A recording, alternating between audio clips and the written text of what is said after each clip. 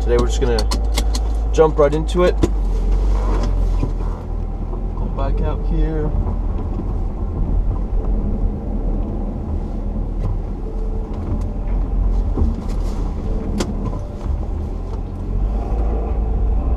So lately I've been thinking a lot about money, and specifically how it pertains to trying to make a living working in the arts.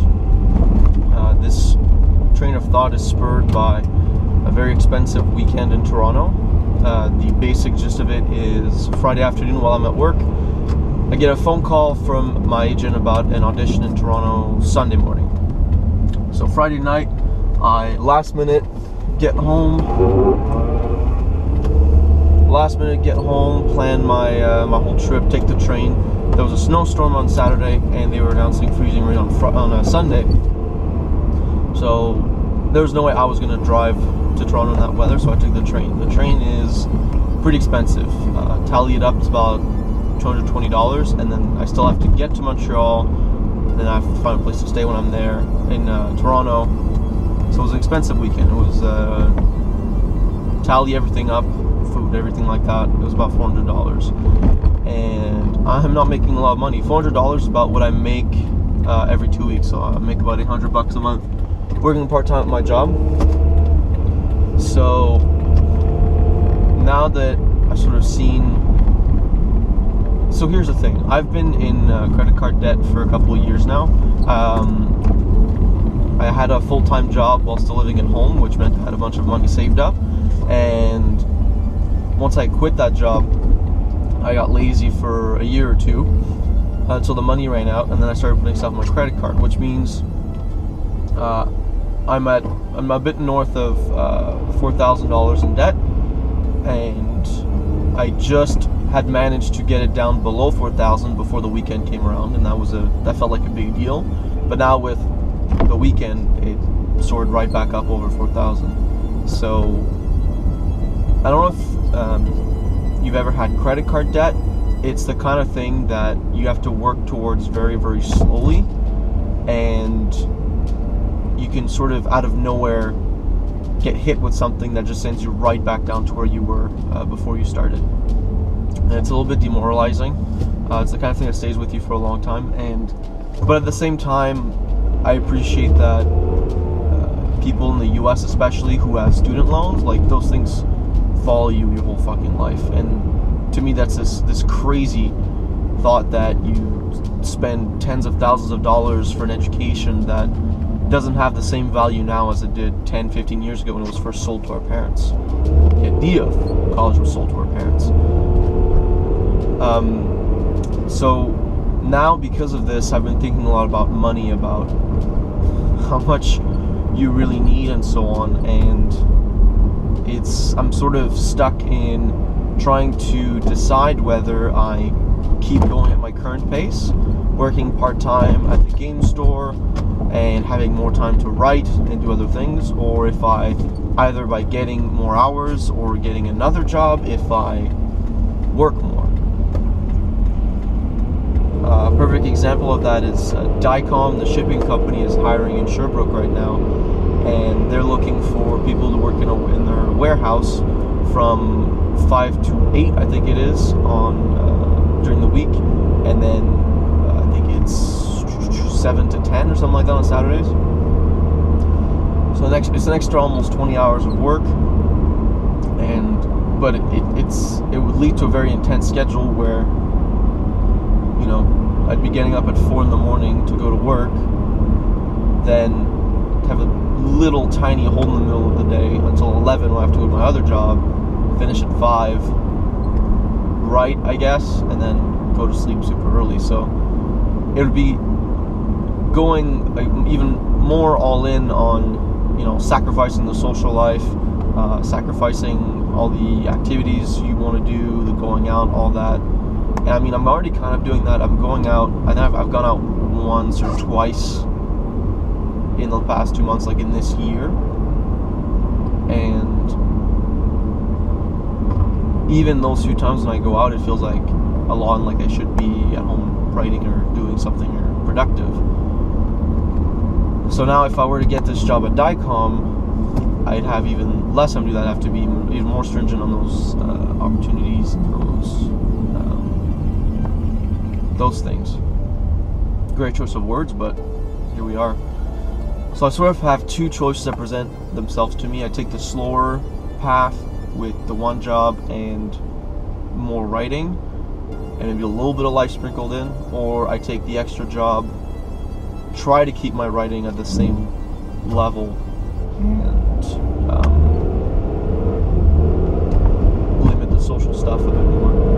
And I think the reason why I'm having so much hesitation that the choice isn't clear to me is because I'm still so early.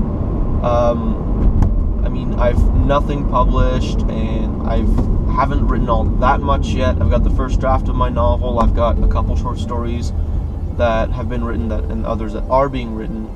So it's not like if I was in a position in my career where I had a big old pile of writing and a bigger pile of rejection notices from a bunch of publishers, then I'd have a better idea. Because I could say, well, it's going to take a while for me to get published based on all these rejection letters, so maybe I will get that extra job, just pay off the credit card, and then have more freedom later. Whereas at the point where I'm now, I've only submitted to 2 publishers, and I haven't heard back yet. One of them I'll hear back from in March, at the end of March, and one I don't know. I'm following their social media, and they're slowly getting through their pile, and I'll hear eventually. But I do have 2 things that I'm submitting to at the end of the month. Maybe more. I'm looking at other ones that are open for submissions this month, trying to see if I can fit in more writing. But the big 2 I'm doing this month is one is an anthology called Blood is Thicker, being made by, I think it's Iguana Books Publishing and the Canadian Authors Association, something along those lines. And the basic premise is all the stories in the anthology start with the same line, which is it was the morning of February 29 again, and I was wondering which member of my family was going to try to kill me this time. So your story has to start with that. And I started writing one story, which is basically the working title is Space Spartans, because it sort of bases itself a bit off of the Spartan society and how they train their kids up to be soldiers.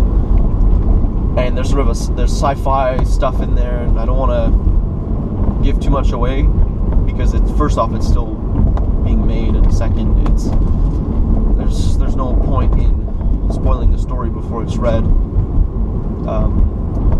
It's kind of like drinking somebody's tea for them and telling them how it was. So I finished writing that story on the way to Toronto, and that was the one advantage of the weekend in Toronto, is I got so much writing done on that train, it's ridiculous. The Wi-Fi was out. First off, I read a book in a day. I read The Girl on the Train in a day because the Wi-Fi was out, and I wrote a bunch. So at least there was that came with that weekend, which was good. I just need to do that more often now without the price tag. Anyway, I finished the first draft of Space Spartans, and I wasn't very happy with it, and I didn't like it as much as I thought I would when I thought of the idea, so I started writing something else. Working title is Snow, because my working titles are never very creative. This one's about a guy who's on a train, and then the train gets stopped by the conductor, and then the conductor is missing, and then they have to figure out why they're stopped and deal with that. And I'm writing that one at the moment, and it's sort of meandering. It's like it doesn't know where it's going, and I don't know how it's going to end. I don't know when it's going to be finished, and I don't know what it's going to look like when it's done. But ideally, one of those 2 needs to be submitted to that, because the deadline is the 28th, which is in 2 weeks. And I don't think I have time for a third attempt at a different story with all the editing and stuff, because on top of that, I'm also taking part in a contest that CBC is doing, and the contest is essentially it's very broad. It's just non-fiction from 1,300 to 1,800 words, and for the winner gets $6,000, gets published, and gets to attend a 10-day writing residency in Banff, Alberta.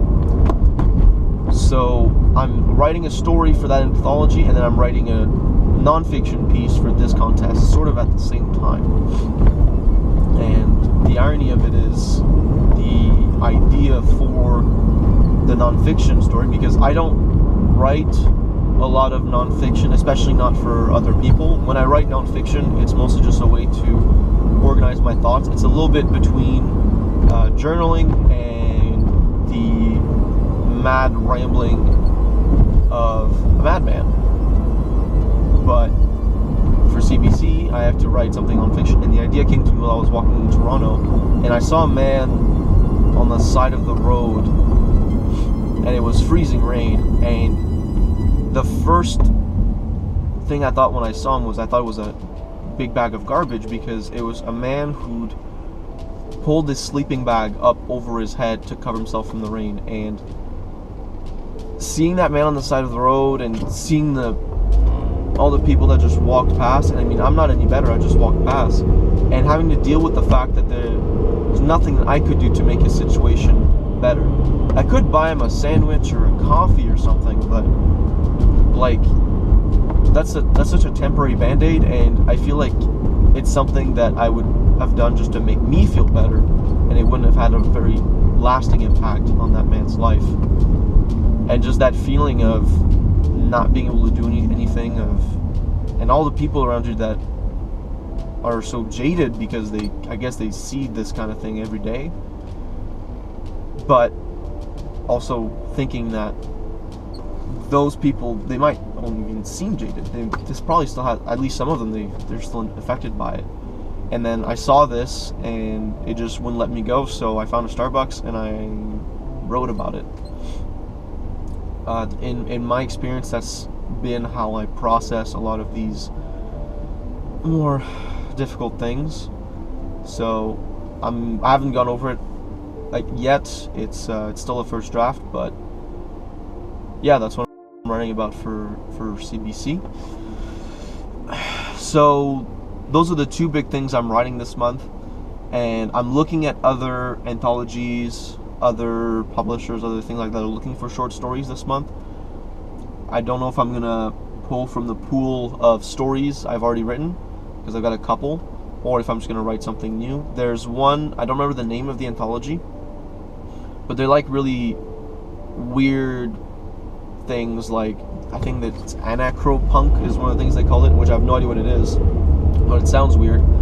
But in the list of genres they liked, there was weird western, which is something that, since I've discovered its existence, I've wanted to write something in. Because weird western is basically just a mishmash of spaghetti westerns and Cthulhu, Stephen King type stuff. So supernatural, weird magic, no wizards or anything like that, but you find yourself in a high noon duel, and instead of drawing a 6-shooter, the guy just throws a fireball through your chest. Nobody knows why he does it, nobody knows that's possible, and that's just how it is. And it's a genre I find very interesting. It's such a far cry from the more popular stuff that people write, or just stuff in general, and it's something I want to try out. I have to figure out how to fit it into the month, because I'm on my second attempt at the anthology story, and it's not going the way I want, and I don't have time for a third attempt, and I have to do the CBC thing. All that to say, I feel like I'm doing a lot of work. I'm doing a lot of writing, but I still feel like it's not enough, number one. And then number two, I've got this thought at the back of my mind that if I don't try to make more money now, it'll be so long before I pay off my credit card, it'll be so long before I move out, it'll be so long before I just start my life. Because living at home is cost effective, and then I get to see my family, where in the future, with the kind of girl I have, I probably won't get to see them that much. But at the same time, there's always this nagging thought of, you're 25, you're in your mom's basement, and you're not starting your life, and you start to look at that and look down on yourself and wonder, is it because I'm scared, or is it really just a strategic thing? Is it because I'm a giant man-child, or is it really just because I'm trying to save money? And it's kind of hard to stay the course when you have those thoughts. It's kind of like being on a ship during a storm and your first mate telling you that you can't make it, that you're going to crash in those rocks. I think that's an interesting analogy now I think about it. It feels like when you're a writer, an artist, or even just an entrepreneur trying to basically deviate from the main path. It's like you're the captain and there's that voice in your head that's like that first mate, and sometimes your first mate will say things that support you and that encourage you, and they help push you forward. But sometimes that first mate can be the biggest source of self-doubt ever. It's that voice that tells you that, yeah, your story's not as good as you thought it was going to be after it's done, or it's that voice that says that you should be working harder, or it's that voice that tells you that maybe you should just give up and do what everybody else is doing. I think that voice is important. I think that voice helps to temper the ego, helps to keep wild expectations in check, but it also can be a very damaging voice. I think the best thing to do going forward is to try to harness that voice and craft it into something useful rather than something destructive. Over the past couple of years, with help from a very dear friend of mine, I've been working on my sort of mental processes, my thought patterns, my thought process, and a lot of it is just sort of checking yourself. So when I go to the gym, for example, a lot of times I see it's a big dude, maybe with a small mistake in his form. My first thought is, oh wow, that guy's so big and he can't even lift properly. I'm so much better than that guy. But then I check myself and I say, no, that's not true. You're just not feeling too good about yourself right now, and you're projecting that on somebody else.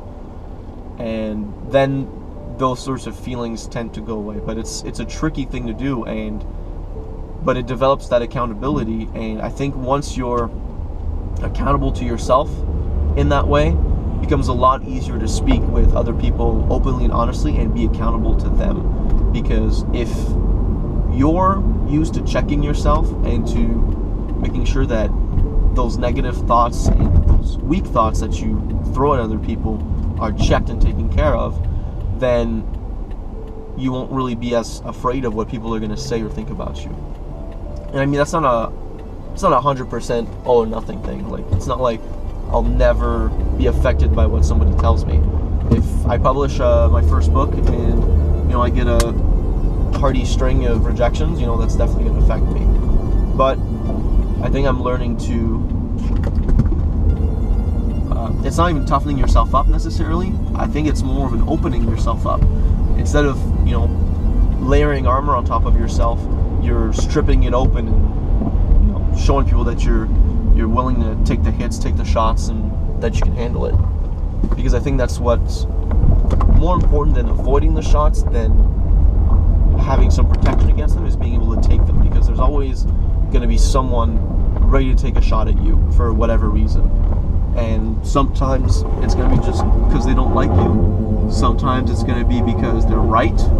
But there's always going to be someone ready to take a shot at you, and you have to be open and receive those shots, and then from there you can do what you will with them. Gary Vaynerchuk says that when he predicted the purchase of Instagram, that people on Twitter kept calling him an idiot or things of that nature. And what he did was he went and checked all those tweets and looked at them and saved them, and then once he turned out to be right, he was able to prove them wrong. So I think if you want to succeed at anything, that, I mean, it's not even just a success thing. I mean, that happens in your personal life too. Whether it's in your personal life or it's in your professional life, you have to be ready and willing to take those shots from people. Don't hide from them. Don't find ways to protect yourself from them. Just develop that ability to take those shots. Yeah, that didn't turn out the way I thought it was going to, but I think it went to a couple of good places. I just made it to work now, so I'm gonna let y'all go. Take care of yourselves.